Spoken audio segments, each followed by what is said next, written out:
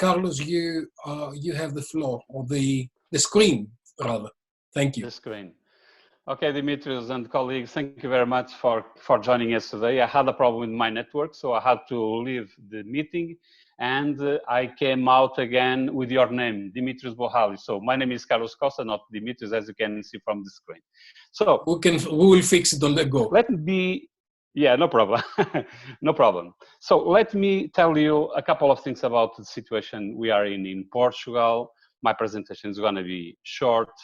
And let me start by telling you what is the present situation. The situation in Portugal is the situation you can see all over the world. The borders are closed, the airports are closed, and the aircrafts are on the land. So they are not flying, which is a really strange situation because we are used to see the aircrafts flying, and nowadays they have landed, and so far the airports are still closed. What happened in Portugal is a situation where this is, statistic is coming from the mobile phones, okay? We are counting people by taking into account their mobile phones. So what we have realized is that people, and with the lockdown, people disappeared from places like beaches, parks, and gardens. So have a look on this curve, and you will realize that the human geography, as we may say, has changed completely. People used to be in the town center, people used to go out, and nowadays they are, of course, in the houses. Even if during the last week, the state of emergency has been lifted in Portugal, but people are still very cautious about what is going on. Let's have a look on this. For instance, restaurants, cafes, and shopping. Again, the economic activity has completely stopped. And what we see is that, again, people are in the houses and they are not consuming at all. Supermarkets and drugstores, it's the same situation. Even if the supermarkets and the drugstores are still open, of course, but what we used to have used to be, families going to these shopping centers, to the supermarkets, and nowadays what we do is, even yesterday I did that, I went to the supermarket and I was wearing a mask and I was wearing plastic gloves, and therefore I was protecting myself from the virus, and we could see people doing the same in this country. So people are very cautious and they are fully aware of what is going on. The restaurants, one of the key areas in tourism, they are completely closed. We have 75% of the restaurants completely closed, and the remaining 25%, they are fighting to seal in, some food in a system of takeaway. So people are buying and people are delivering at home, but their economic activity is very, very low. They are making what? Maybe 5%, 10% of what they used to do before. When it comes to the pandemic, the situation in Portugal, we can't complain that much. I mean, thank God we did not have this chaos that happened, unfortunately, in Spain, Italy, in France, in the UK, and maybe because we also have one neighbor, which is Spain. And when we realized that situation was really bad, the government, decided to close the border, and therefore, the pandemic in Portugal has been managed, I would say, in a proper way. And we were also lucky, of course, with the whole situation. Have a look on the blue and the brownish lines. We are talking about people in a hospital, in intensive care, and the number of people in intensive care has gone down. People in the hospital, overall, it has also gone down. When it comes to the growth rates of deaths and the growth rates of new cases, the situation is progressing in a very good way in Portugal. Even yesterday, we had less than 10 people who died from coronavirus, and we had around 200 new cases of infection cases, which is rather good when compared to other places. So what is going to happen in the near future, in the days ahead? The first news comes from Forbes. I mean, Portugal has been managing the situation in a proper way, I would say, and the magazine Forbes has been, you know, pointing out about some of the places in the world that will be safe in the future because our National Health Service has played a very important role, and it has shown to be resilient, and Portugal is seen as a safe and secure country, a place that maybe in the future may have a bright future. The second thing is what is going to do what we are doing right now and for the near future. So the first thing is critically, of course, social distancing. Social distancing is to be in our minds. Masks will be wear, of course, and borders control will be around for the near future. Second things, major events, crowds, they will be forbidden this summer. In particular, music festivals, markets of handicrafts, and tourism markets and shows. So all these events will be forbidden in the near future. Restaurants.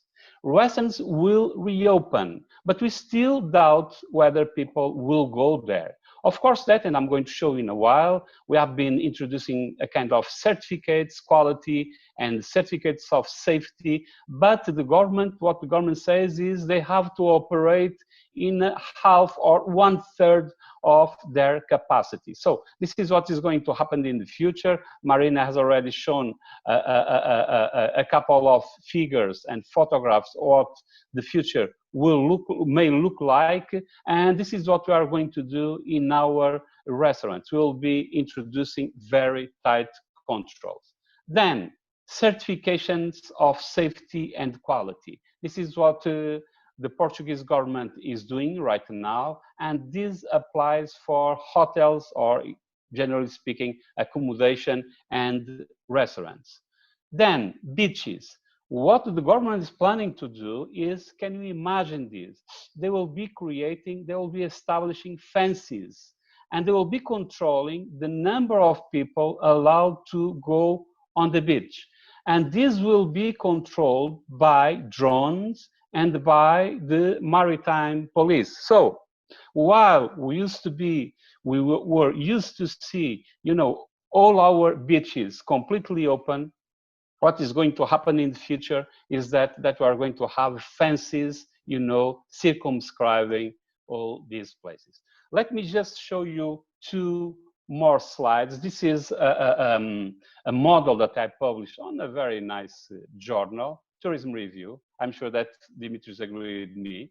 So last January, we published a couple of papers, and I published this one, which is something that we have to do in the future. Tourism has to be redesigned, tourism has to be reinvented. And one of the critical things that is really missing in this area is a bridge between the economics and management of tourism and territorial planning. Tourism has operated mostly from the demand side.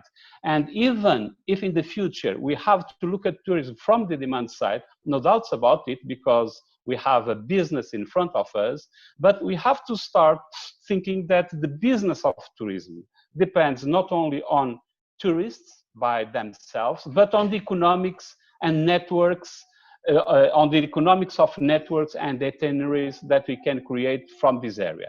Also, we have to look at, from the demand side, in terms of capacity, development, and experience and brand love hospitality. So this thing that we can see on the top of the model has to be bridged with the second part, which is right on the bottom, which is about territorial planning.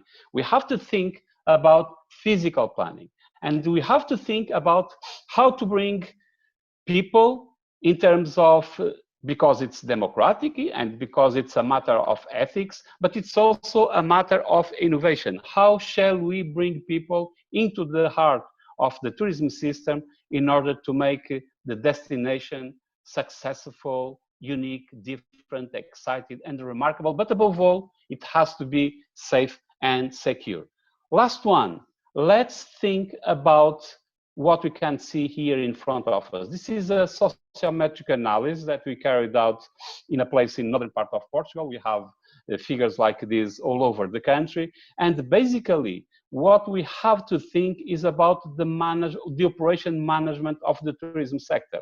We, for the near future and for the medium future, we may not think about long-haul destinations. We have to think about short-haul destinations, and we have to think about local movement of people and people moving within Europe, because Europe sooner or later will be safe, but we wonder whether other parts in the world will be safe. So the operations management has to be changed. And in terms of thinking about long-haul destinations, we have to shrink the chain of operations, and we have to think much more locally. So thank you very much. This is what I have to say right now.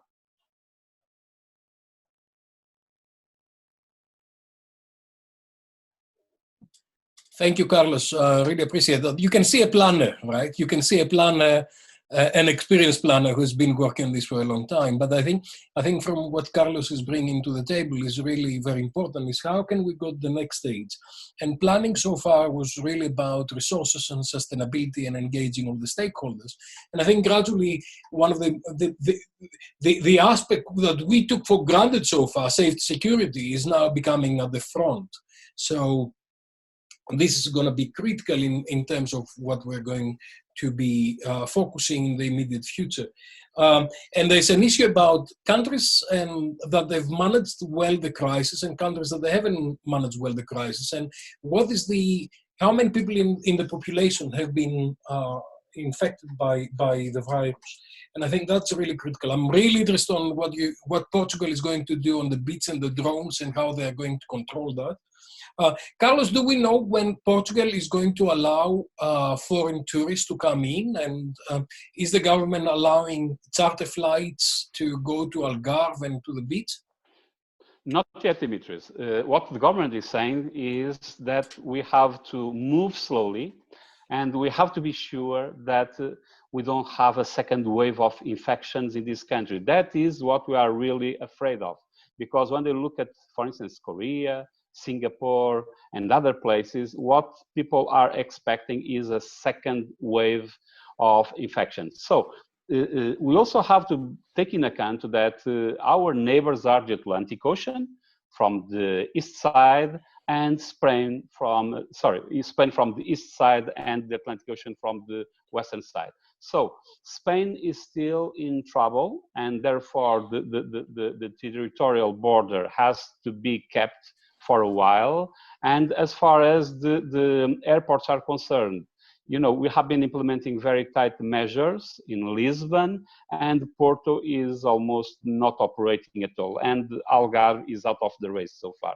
And even in Madeira, they have almost closed. So this is what we should expect in the near future. Do you have a date for when restaurants are going to open, for example? Yes, they will open now in second half of May. And yeah, they're all operating only with the takeaway services, but people are afraid of going there. People go there and wearing masks and all these sort of things. So is there any we are in a war? I mean, Boris Johnson announced yesterday that some hospitality companies and restaurants and hotels, he didn't specifically say, is that they're going to open in the UK from July if things go well. Do you have a date that do you have a plan for Portugal? Yeah, the state of emergency has already been lifted. And what they say is that now we have a state where we are in a transition phase where we should be fully aware of what is going on, both within the country and outside the country. But slowly, the economic activity is reopening, and restaurants will open in second half of May. This is what is expected. And then in June, there will be a fully reopen of this country.